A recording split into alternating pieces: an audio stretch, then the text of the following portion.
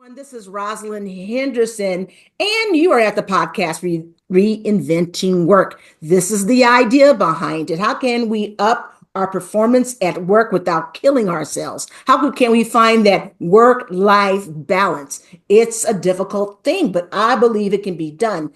I am blessed today, and you are blessed today to have the Director of Human Resources for the Boston Fire Department.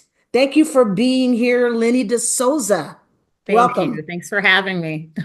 Absolutely. And so, you've been at this HR game for an awful long time. You have a lot of experience. Tell us a little bit about your experience. So it was 24 years in the making. Hmm. Let's see, I started my HR career in the public sector and has stayed in the public sector. So What you are basically is a diamond. It sounds like you have a lot of facets to your experiences. And when I talked to you a little earlier, you were stating that you feel like this is the job. This is the pinnacle for you in your career. You seem to really enjoy working for yeah. the fire Um, department. And why is that?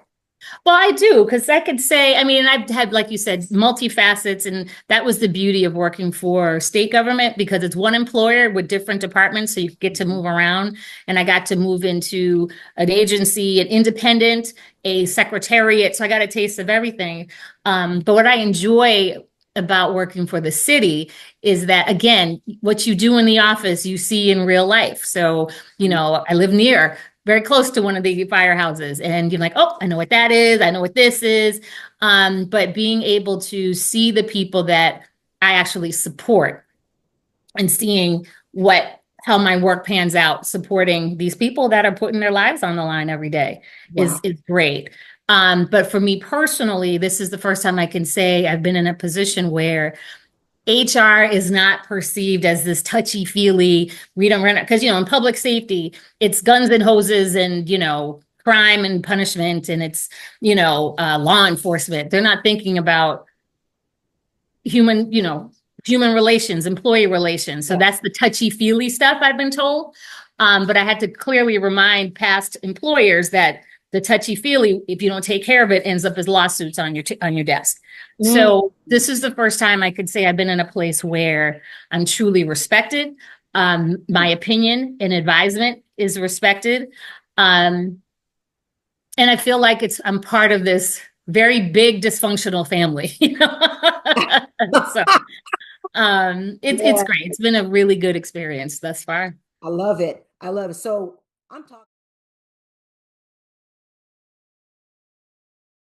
I'm talking about something that sounds absolutely impossible, but when we're talking about firefighters, paramedics, everyone who's associated with the fire department, how can you even start talking about work-life balance and high performance for these people that are always being called on to deal with people in crisis?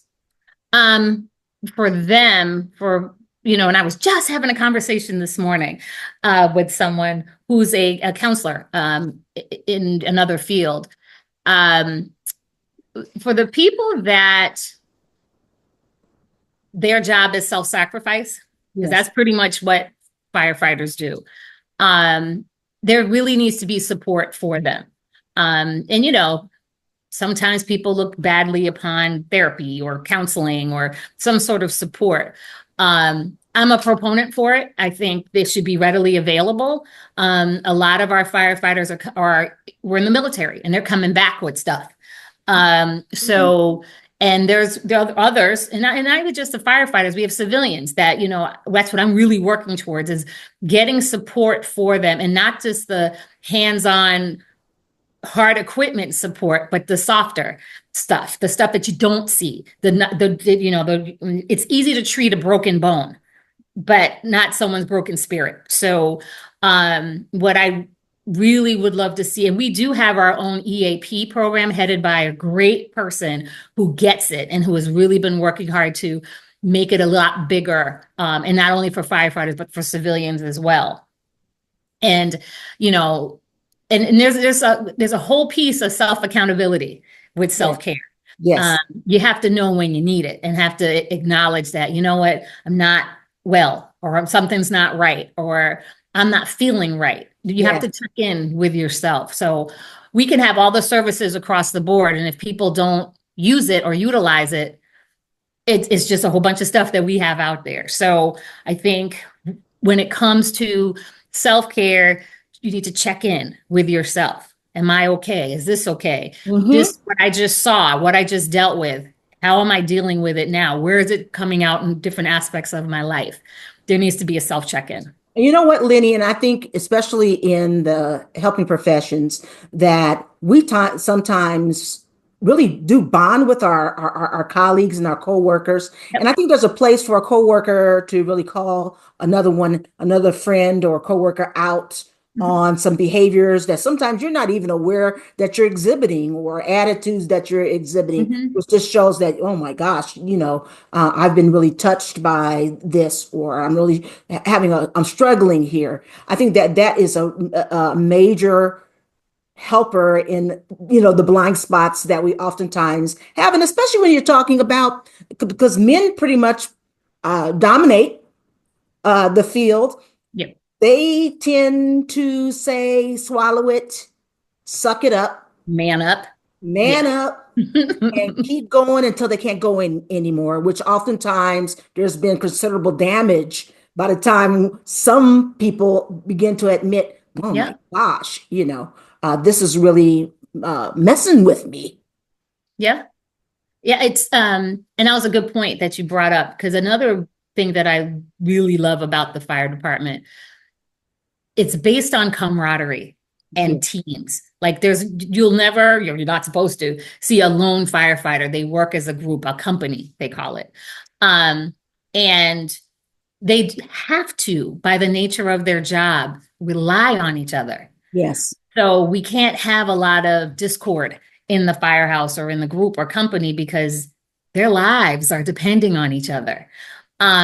So we have some, really close knit friendships that have been created, because usually firefighters are on for years, so either they come on together, um, and there's a bond there where, for the most part, someone will say, you know what, something's not right with that person. We need to check in, or they'll check in, or even, and I like to display that myself with the HR team. There's four of us in the HR team. And if something's not right, or if they sense something's not even right with me, they'll check in with me and say, you all Oh, right? What's going on with you? Why are yes. you staying in your office? Or we haven't seen you, or vice versa. Like, we check in, we have a good sense of each other's personalities, and kind of, someone will come to me and say, you know what, this is going on with this person. So that's what I like. And I like to kind of foster that same type of environment.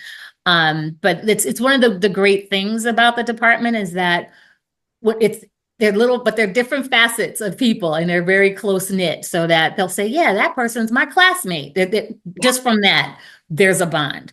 Yeah. So a lot of times they do rely on each other, but sometimes you might get someone who's going through their own stuff. So that's why I would rather have that and additional services to say, why don't you go see, whomever? And sometimes they always end up in our office, the HR office. Love Where, it. and they'll come in. You got a minute? Sure, come on in, close the door. I tell people my office is, you want to come in here and scream, cuss, cry, whatever, just come on in. So, because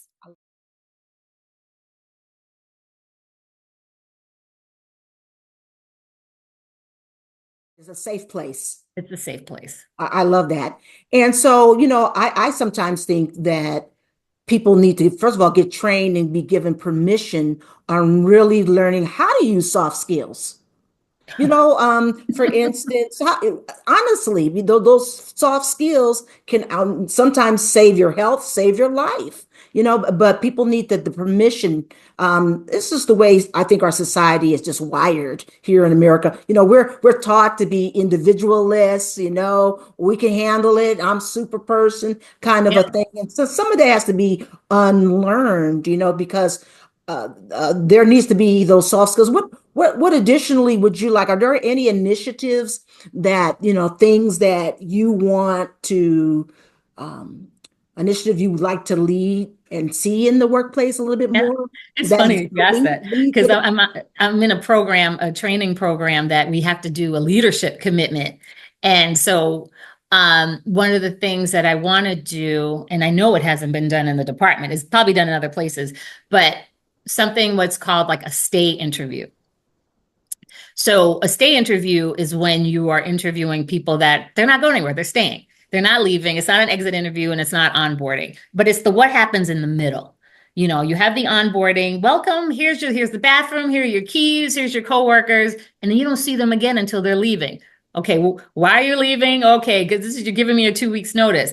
No one ever really focuses into the people that are there. Why are you here? What's keeping you here? What motivates you? What takes away your motivation? So I just started doing that with all the new hires. And I started with the new hires mainly because a lot of the new hires, the interviews were virtual and Mhm. I never really got real FaceTime. So I got a list of all the people that started within the year. The person that was the most senior was 15 months and just sat down with them individually and said, "Hey, how are things going?" Yeah. Um, just wanted to check in, and because what I also wanted to do was to demystify HR. And it's so funny because these people that I'm meeting with, the meeting invite said meeting with HR, and this person was like, "I'm not here long enough to get into trouble. Why does HR want to meet with me?" So trying to get that out of the way for people to understand that yes, discipline is part of our role, but not all of it. Um, so again, my goal is to make people realize that we're there for support, not for punishment, and to support them while they're there. And what I want to find out is, does that will that sustain their employment? If Yeah. they people will stay where they feel engaged, where they feel Yes. heard. So that's what I'm starting to institute because I just want to see how that changes the culture. Yes. Because again, with I'm sorry, with public sector departments or institutions, you have people that have been there forever, and no one's ever sat down and asked them, "How you doing? How am I doing in my role?" Wow. Never been asked that. Wow. So the train and never had really access to training, never asked, never needed to. We've always done it this way. That's that. So I'm really trying to change that culture. So I'll start with the fire department and see what happens. Lenny, that's actually very exciting. I think you're going to see some big changes as you connect with them personally Yeah, and just have a conversation to see, where they are, what their needs are, how you can provide additional resources to them. exactly. It moves employees a lot, like you said, to be heard, to be seen, and to feel cared about. Right. Because a lot Absolutely. of people get lost. One thing I find working for the fire department, um, and granted, the civilians were kind of lost in the sauce a little bit. Um, because our role is to support firefighters in their job of fire suppression. So I always say in every interview that we're the oil that makes the machine run. Mhm. So a lot of times, even with your own cars, people kind of forget to check the oil till the light comes on. So what I try to do is give civilians a place where they have support, that a resource that they could go to, because we in turn are helping and supporting people that are out there protecting the city. So we need to take a little more care of within and have the civilians not feel so forgotten because all the attention of course goes to the guys on the screen and ladies on the sirens screaming and everyone's happy to see the firefighters when they arrive, but no one stops to think, well, what's done in the background to get them there. So true.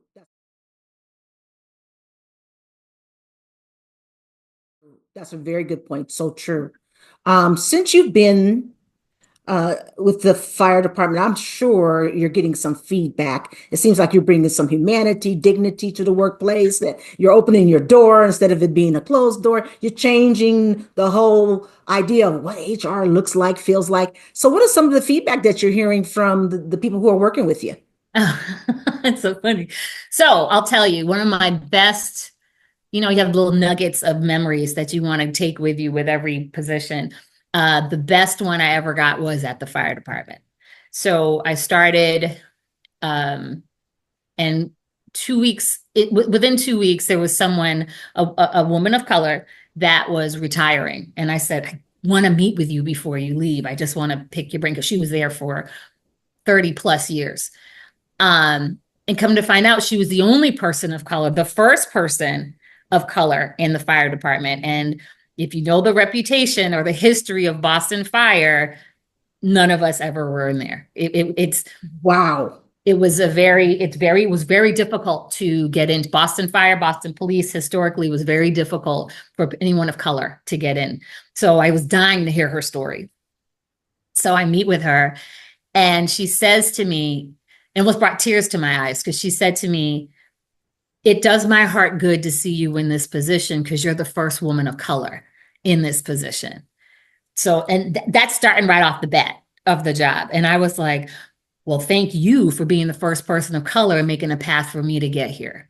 So that was the first big change. So just me being there Yeah. brought change. And I told you the story about me opening my office door, which was never opened before.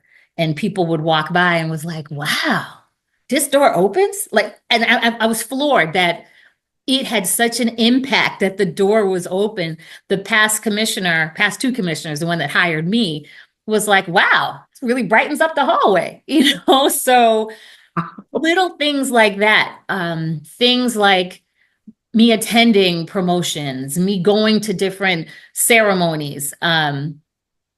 Yeah, and even the ceremonies.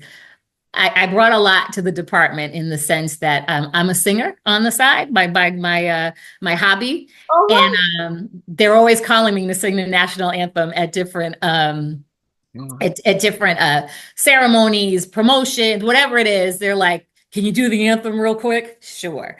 So those are the things that I do there, and I always try to keep work and singing separate. But this is the first time it's actually married together. Um, but I think because I'm way more approachable, I do believe in employee relations and sitting down and having conversations with people. Does it impact my ability to get all my work done? Absolutely. But to me, I can do that. I can do that when I work from home. I can do nights and weekends, I might be doing some work. But the fact that I know that people know they can call me, they can come see me. I need your advice.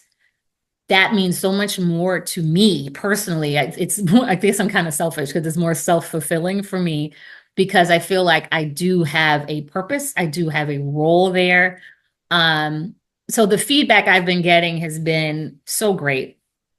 People have been so great. And it's humbling because they're like, one lieutenant in particular calls me boss lady. Hey, boss lady. And I'm like, don't do that. That's so not me. But people have said to me, you've changed the department. You've brought in a sense of a different feel to the place. And I'm like, well, great. That's what I wanted to do. I wanted to be somewhere that I could have an impact.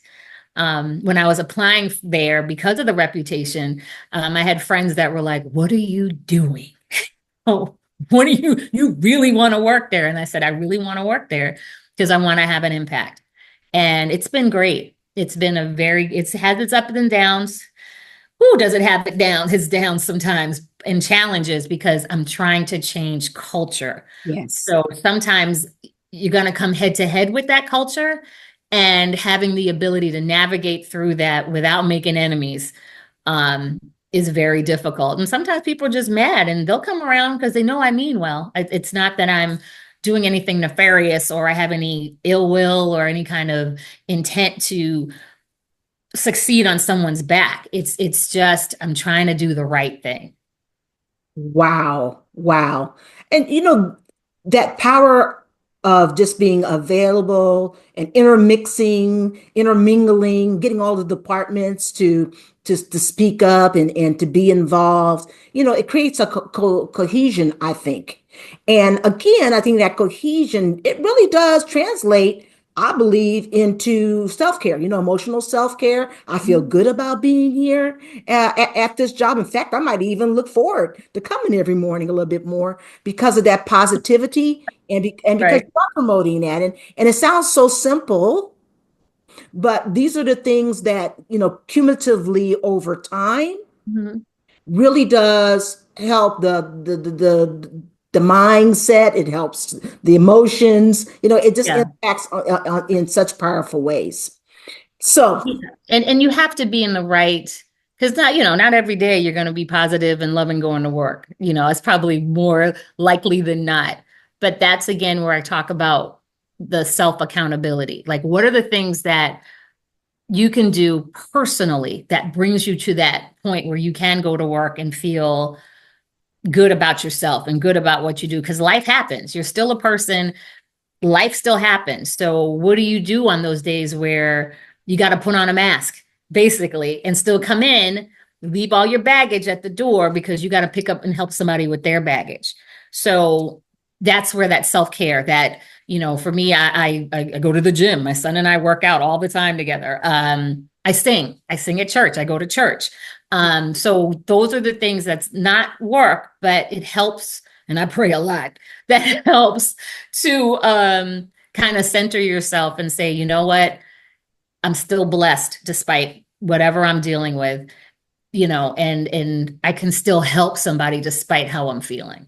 oh, absolutely. And in fact, when I deal with my clients, I actually have them create 25 things that they can do that's low cost and no cost, things that is going to brighten their mood, is going to support their outlook. And when you're in a tizzy and you don't necessarily, know exactly what to do, I actually have them put the list on, in the obvious place on the Yep. door, on the wall, so they can see, oh, well, let me try this today. I'm going to try a recipe because that Yeah. calms me down. I feel, whatever it does to help you get grounded again. I Yep. Those are the supports that you're right. We have to put in We place. and I tell people first, I tell people when they're in a tizzy, I said, okay, I'm gonna need you to breathe. I need you to just breathe. And I say this to myself sometimes when things are really crazy, and I'm like, okay, Lenny, you need to breathe. Just breathe. Once you do that, and then my next step is, what are you grateful for? Because Mm, gratitude really brings you back home.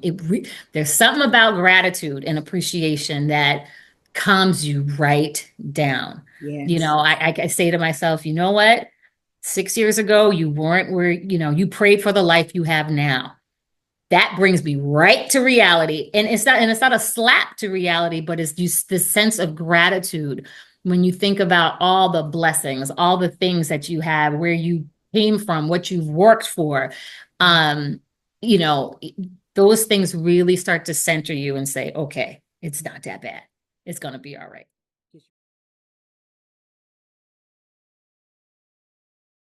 Gives you perspective. That's Yep. wonderful. Well, I have one last question for you. Sure. And that is, and it's embedded in the podcast that we just did.